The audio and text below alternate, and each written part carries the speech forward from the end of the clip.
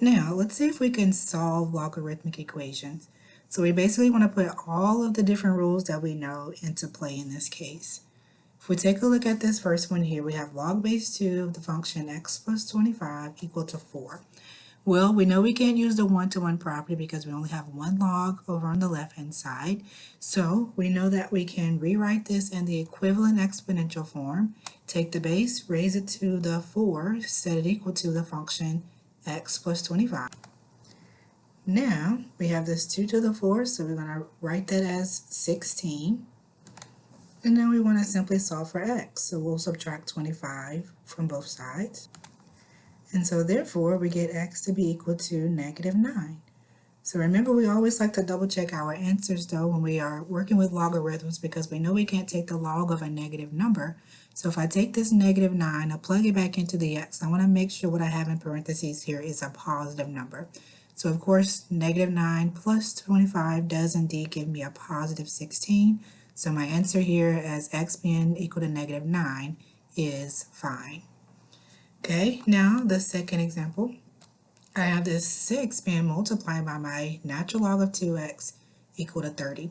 Again, we want to solve, so that means we're just trying to solve for x. First, I need to isolate my natural log, so that means I need to get rid of this 6 here, so that means I'm going to divide both sides by 6. So now dividing both sides by 6, my 6 is now gone from over here with my natural log, and now I can simplify 30 over 6. So we now have ln of 2x is now equal to 5. Well, there's no base that's written here with the ln, but we know it's understood to be base e, so we can rewrite it with the base in there, and then we can rewrite this natural log in terms of its equivalent exponential form. So I'm going to take my base e, raise it to the 5, and then set it equal to my function 2x. So now I have e to the 5 is equal to 2x, and now to solve for x, to get x by itself, I'm going to divide both sides by 2. And so therefore, we get x to be equal to e to the 5 over 2. And we can keep it as that expression. This is considered to be the exact value for x, so no decimals for that.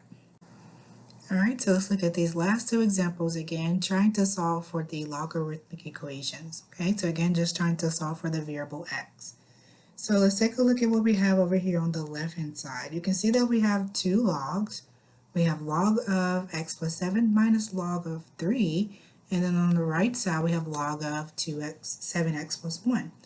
Well, let's see if we can apply some of the properties that we know. So let's see if we can somehow condense this left-hand side.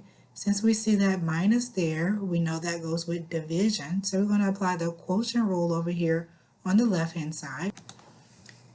And you can see here, we now have log of x plus 7 over 3 now equal to log of 7x plus 1. Well, you can see that they have the same base. There's no base written there, so therefore it's understood to be base 10.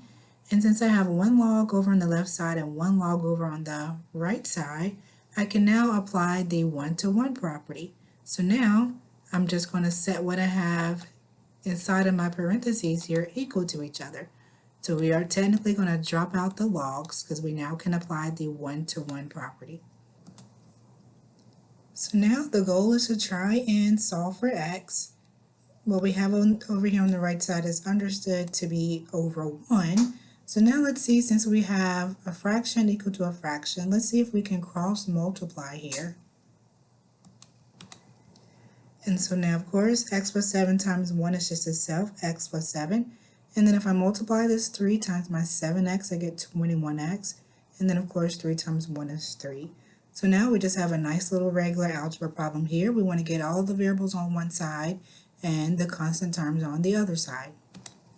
And so now if I combine my x's, I'm subtracting my 21 over here with my x. That's going to give me a negative 20x. And then I'm subtracting my 7 over here with my 3. That's going to give me a negative 4. So now to get the x by itself here, we're going to simply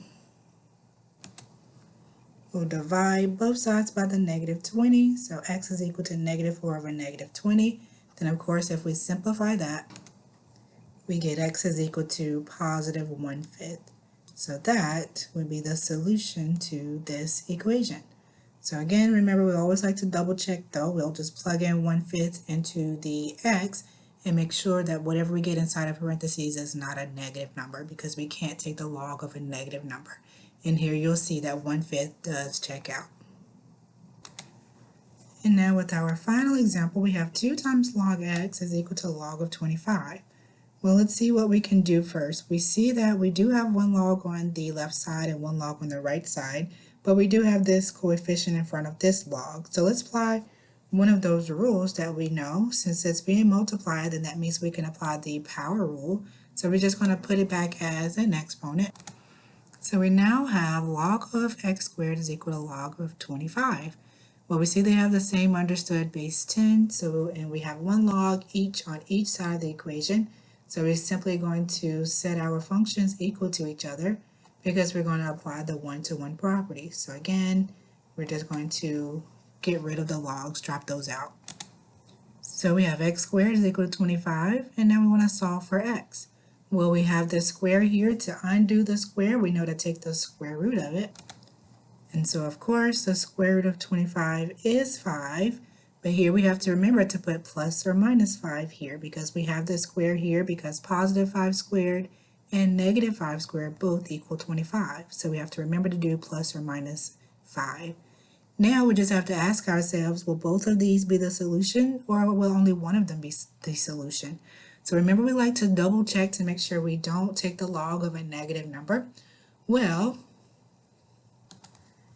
if I plug in the negative into the place of this x, well, that means I have log of a negative 5. But again, we know that x has to be some positive number. So therefore, we cannot use negative 5 as a solution, so x must only be equal to positive 5. So therefore, the solution to this equation is 5.